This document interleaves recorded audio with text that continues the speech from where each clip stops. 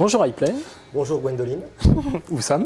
Alors en ce moment tu es de passage à la Gaming House à Marseille. C'est ça. Et donc on voulait en profiter pour te connaître un peu mieux, comme ça fait pas mal de temps que tu es chez Millennium. C'est vrai. Donc, est-ce que tu pourrais te présenter pour ceux qui ne te connaîtraient pas? Oui, bien sûr, je m'appelle Alexis Falcon, j'ai 33 ans et je suis responsable du portail Minecraft, jeux indé, vidéomaker et voix off pour le site Millennium. D'accord. Tu nous arrives de quel coin? De Toulouse. Toulouse? Ouais, Toulouse même? Toulouse, non, un peu au sud de Toulouse, Muret, une petite ville. Ouais, j'ai beaucoup voyagé en fait. Je suis né à Toulouse, je suis allé à Orléans, de Orléans je suis allé à Perpignan, Perpignan je suis revenu à Toulouse et de Toulouse potentiellement Marseille. En 4 ans. D'accord, c'est pas mal. Ouais, c'est bien. Mais t'es quand même du sud-ouest. Ouais, sud-ouest. La secte des chocolatines et tout ça. Les fameux chocolatines. Ouais, ouais. D'accord. Ou les pains au chocolat. C'est même pas négociable. comme disent c'est les vrais chocolatine. Français. Non, chocolatine. Indépendamment de ce que tu fais Ouais. chez Millennium, comment tu t'occupes en dehors, tes goûts, tes hobbies, si tu en as? Ouais, sorti du cadre du jeu vidéo, du domaine geek qui prend quand même beaucoup d'heures, je dois le reconnaître. J'aime beaucoup la lecture. J'aime bien prendre le temps de m'évader, de sortir, de lire, de visiter, de m'aérer, sortir vraiment encore une fois de cet univers PC. Cinéma, j'y vais un peu moins ces derniers temps. Beaucoup de séries télé. Game of Thrones, évidemment. Ça c'est bien. Logique. Tu es à jour? Oui, je suis à jour, ouais, bien sûr. Sinon, film, science-fiction, aventure, voilà, ça touche quand même encore à l'univers geek. Ok. Ça fait combien de temps que tu es chez Millennium maintenant? Alors, octobre 2011, création du portail Minecraft, ça va faire 3 ans. 3 ans Ouais, déjà. Donc tu étais rentré en tant que... En tant que spécialiste Minecraft indépendant pour le site Millennium. Ok, donc déjà youtubeur à l'époque ou... Déjà youtubeur depuis quelques mois. Février 2011, j'étais youtubeur. Alors comment tu es devenu youtubeur? Totalement par hasard, en fait, j'ai découvert Minecraft et je me suis très vite ennuyé dans Minecraft puisque à l'époque c'était vraiment les premières versions et c'était principalement de la construction. Il n'y avait pas du tout ce côté survie, aventure, ça n'existait pas. Et comme en construction je suis une véritable brêle, je me suis dit qu'est-ce que je pourrais faire pour... je sentais qu'il y avait du potentiel en fait. Je me suis dit, qu'est-ce que je pourrais faire pour dynamiser un peu le truc et apporter un petit côté aventure. Je me suis dit tiens justement pourquoi pas me créer ma propre aventure et essayer de la corser au maximum. Donc j'ai joué en difficile, j'ai rajouté un mode, le mode hardcore, j'ai rajouté des créatures et j'ai rejoué à Minecraft et je me suis éclaté. Mais vraiment je me suis dit c'est génial quoi, c'est une nouvelle façon de jouer à Minecraft. Donc j'ai fait une vidéo parce que beaucoup dans la communauté s'ennuyaient et je me suis dit regardez cette vidéo, voilà comment on peut jouer à Minecraft, Minecraft hardcore. Et le concept était né en fait. D'accord, par hasard. Totalement par hasard. Ouais, D'accord. vraiment. Bon, c'est quelque chose qui t'a réussi depuis.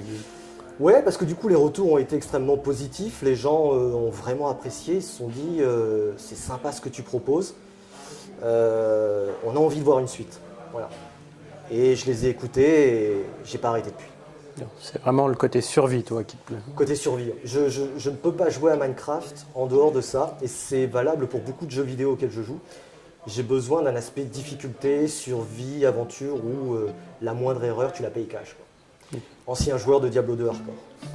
Bon, ça pose le personnage déjà. Voilà. Ça explique aussi les jeux indés, parce qu'on retrouve la difficulté qu'il n'y a plus dans les jeux mainstream. Beaucoup de jeux indés avec énormément de difficultés, exact. D'accord. D'où te vient ton pseudo? Alors mon pseudo, ça va en surprendre plus d'un, il vient du poker. Ouais, c'était il y a quelques années de cela, à l'époque de la grande mode du poker en ligne en France. Comme beaucoup, en fait, je m'y suis essayé. Et il me fallait un pseudo, et je voulais un pseudo en rapport avec le jeu, si possible anglophone, avec un petit jeu de mots, tu vois, quelque chose. Et je me suis dit, I play for you, ça sonne bien. Je l'ai mis, j'ai joué et je l'ai gardé. Voilà, tout simplement. D'accord.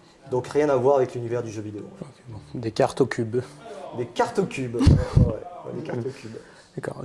En parlant des cubes, ça fait combien de saisons tu as faites sur Minecraft? Alors si on regroupe le tome 1, tome 2, tome 3 de Lord of the Cube en une seule saison, ça en fait 13. Hélas, je déteste le chiffre 13. Ça fait 13 saisons et 2 ans de série Minecraft Hardcore. T'as une saison préférée? Alors je vais enlever la première, puisque la première c'est vraiment une totale découverte et ça a fait des sensations nouvelles. Et c'était très agréable. C'est difficile, Pirates des Cuboïdes est juste culte. La saison 4 c'était vraiment la première saison avec une carte préfabriquée. M2H, saison multijoueur, j'arrive jamais à me décider en fait. J'en ai tellement aimé que je pourrais pas, je sais pas. Je vais dire la une, tant pis, je reprends la une. Et une que tu as moins aimée peut-être? Peut-être la saison 6. C'était une carte aléatoire, très basique. Et je suis mort poussé par un clochard. Donc c'était ridicule. D'accord. À plus. Mordigne. Ouais, j'étais en haut d'une statue, un clochard à pop, puisque j'avais rajouté le mode avec des clochards. On pouvait les nourrir et te donner des trucs en échange. Enfin bref. Il m'a poussé, j'ai fait un plongeon, je suis mort, fin de saison, au revoir. Aidez votre prochain. Ouais, c'est ça, c'est la morale de l'histoire. Alors, est-ce que tu auras des anecdotes, peut-être dans un autre genre à raconter? Ouais, j'en ai sur une. tes saisons J'ai jamais triché dans mes saisons Minecraft Hardcore, on me le demande souvent. Et c'est quelque chose auquel je tiens, parce que j'ai besoin de cette adrénaline. Et je ne fais pas de copie de sauvegarde, je ne fais rien, je joue et si je meurs, je meurs. Et une fois dans le tome 3, The Land of the Cube, j'ai dû refaire un épisode 3 fois, avec la même sauvegarde, puisque j'ai pas de copie de sauvegarde. Ça s'était très mal passé, j'étais dans un labyrinthe. Le labyrinthe, je devais faire 3 épreuves pour ouvrir la sortie. Ça a totalement bugué. Donc je l'ai refait une deuxième fois, ça a totalement bugué. Donc au bout d'un moment, j'ai cassé volontairement la porte, j'ai refait l'épisode, et on le voit d'ailleurs dans l'épisode, on voit qu'il y a un truc qui est louche. Je refais une troisième fois l'épisode, et je m'aperçois que mon casque n'est pas branché, et que je parle dans le vent depuis 20 minutes. Ça a été l'épisode maudit, et voilà, c'est la petite anecdote de Minecraft Hardcore. Un épisode horrible. Et du coup, tu fais pas de copie de sauvegarde, mais Non. s'il y a une coupure de courant, et que tu cannes, comment tu fais? Ça Parce que c'est pas de ta faute, mais potentiellement. Alors, si je dis pas de bêtises, je vais pas faire le test, mais je crois que oui, quand tu quittes le jeu, même avec une coupure, de toute façon, ça sauvegarde et tu peux le reprendre. Ouais. Tu me fais peur. J'aurais pas réussi à te penser Tu là-dessus. me fais peur. Bon, par contre, sur les voix off, tu fais beaucoup de copies de sauvegarde. Ouais, les voix off, il y a des phrases très compliquées à cause de gros mâches, Kargat, et c'est pas évident. D'accord, non. Il faut savoir que iPlay fait les voix off de beaucoup de vidéos régulières sur le site. Et il accroche sur les noms propres, notamment sur les vidéos WoW, que je vais faire refaire toutes les semaines avec les prononciations. Donc, il y a des pseudos assez bizarres dans World of Warcraft. C'est leur nom, tu peux pas dire que c'est bizarre. C'est leur Draenei. Ouais, c'est bizarre. C'est bizarre comme jeu. Je désespère pas d'y arriver un jour. Bon, écoute, on se donne 5 ans et... Voilà, pour la fin de WoW.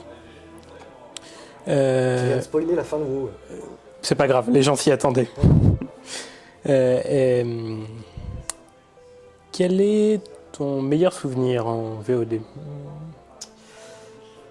Oula, pas facile. Mon meilleur souvenir en VOD, j'ai envie de dire ma rencontre multijoueur avec Mike Fraise, qui est un personnage emblématique dans Minecraft Hardcore, qui est la personne qui a créé la saison 4, qui était une carte vraiment toute faite, avec des quêtes, des coffres, etc. Et jouer avec lui, vivre une aventure multijoueur en hardcore avec quelqu'un qui ne maîtrisait pas forcément le concept, ça a été génial. J'ai pris énormément de plaisir dans cette saison et un de mes meilleurs souvenirs en VOD, indiscutablement. Et est-ce que à l'avenir, tu as d'autres saisons prévues avec Mike ou avec d'autres? Non, Mike a totalement tourné la page, il n'est plus du tout dans le jeu vidéo, plus du tout dans Minecraft. C'était un passage de sa vie et ça ne se refera pas avec lui. Avec d'autres personnes, oui. Et il y a des séries multijoueurs qui sont prévues pour cet été, notamment avec Gus DX que la communauté Minecraft connaît, avec un concept à la koh où on va être lâché en équipe sur une île déserte. Il va falloir survivre, s'affronter, trouver des totems et ça risque d'être assez sympathique. D'accord. Est-ce que ton équipe habituelle va te suivre? Est-ce que déjà tu as une équipe habituelle? Parce que je sais que tu n'es pas tout seul, vous êtes plusieurs à bosser sur les cartes. Ouais, alors l'équipe de constructeurs, on a fait une pause actuellement puisque Minecraft Hardcore s'est terminé. On fait un break parce qu'il est temps, comme toutes les séries, à un moment de dire stop. On a fait ce qu'on avait à faire, il faut passer à autre chose. J'ai une équipe, mais c'est plus propre à Millennium sur la partie jeux indé et Minecraft, en termes de contenu rédactionnel et vidéo. Voilà. Sur la partie Minecraft constructeur, pour l'instant c'est stop. Ok. D'ailleurs, au niveau de l'actu et des jeux, comment tu t'informes? Donc tous les jours, je prends une petite heure environ où je fais le tour des sites internet, dont Millennium, pour me tenir, top, placement de produit, ou pour me tenir informé un peu de l'évolution du jeu, et notamment des jeux vidéo indépendants sur d'autres sites. J'ai du mal à me mettre sur les sites anglais, parce que l'anglais et moi ça fait deux. Mais tous les jours, je m'accorde une heure pour me mettre au courant sur l'actualité. Je pense que c'est important dans notre univers d'être au taquet. D'accord. Est-ce que tu continues à te renseigner sur l'univers YouTube? Oui, bien sûr. Alors j'ai beaucoup de mal. C'est plus par rapport à un timing, à un temps. Il y a tellement de vidéos sur YouTube. On est tellement nombreux, il y a tellement de contenu intéressant que c'est difficile de tout suivre. Et j'avoue que je décroche de plus en plus. J'ai du mal à suivre. D'accord. Comment tu vois, enfin même si tu décroches, comment tu vois YouTube et la vie des youtubeurs évoluer l'année prochaine, dans 2 ans, dans 5 ans? Ouais, mais c'est ce que je dis en fait, c'est que moi quand j'ai commencé Minecraft il y a 3 ans sur YouTube, on était 10 sur Minecraft. Et quand tu voulais regarder une vidéo, tu étais obligé de passer par un de nous 10. Aujourd'hui on est des milliers et ça ne se contente pas de Minecraft, tu as tout l'univers du jeu vidéo qui est traité sur YouTube. Et ça va être de plus en plus compliqué pour les gens d'arriver à percer là-dedans, à se faire découvrir. Il va falloir apporter de la qualité, de l'innovation et un contenu différent des autres. À mon avis, c'est saturé YouTube. Voilà, on est saturé de vidéos. D'accord. Et toi, dans ton rôle plus particulièrement, comment tu te verrais évoluer dans 2 ans, 5 ans, toujours sur YouTube? Ouais, mon objectif sur 5 ans, c'est juste de prendre la place de Cédric, le patron de Millennium. Je me suis dit, j'ai 5 ans pour y arriver. Ça commence maintenant à partir de cette vidéo. Et on se donne rendez-vous dans 5 ans. Tu veux devenir un mage surpuissant? Ouais, voilà, un mage cité. D'accord, bah écoute, je vais te laisser le mot de la fin. Eh bien, écoutez, je dis toujours la même chose, mais c'est important de prendre du plaisir dans ce que vous faites, que ce soit dans la vie ou dans l'univers du jeu vidéo. Il faut que ça reste un jeu et avant tout du plaisir, donc éclatez-vous et voilà.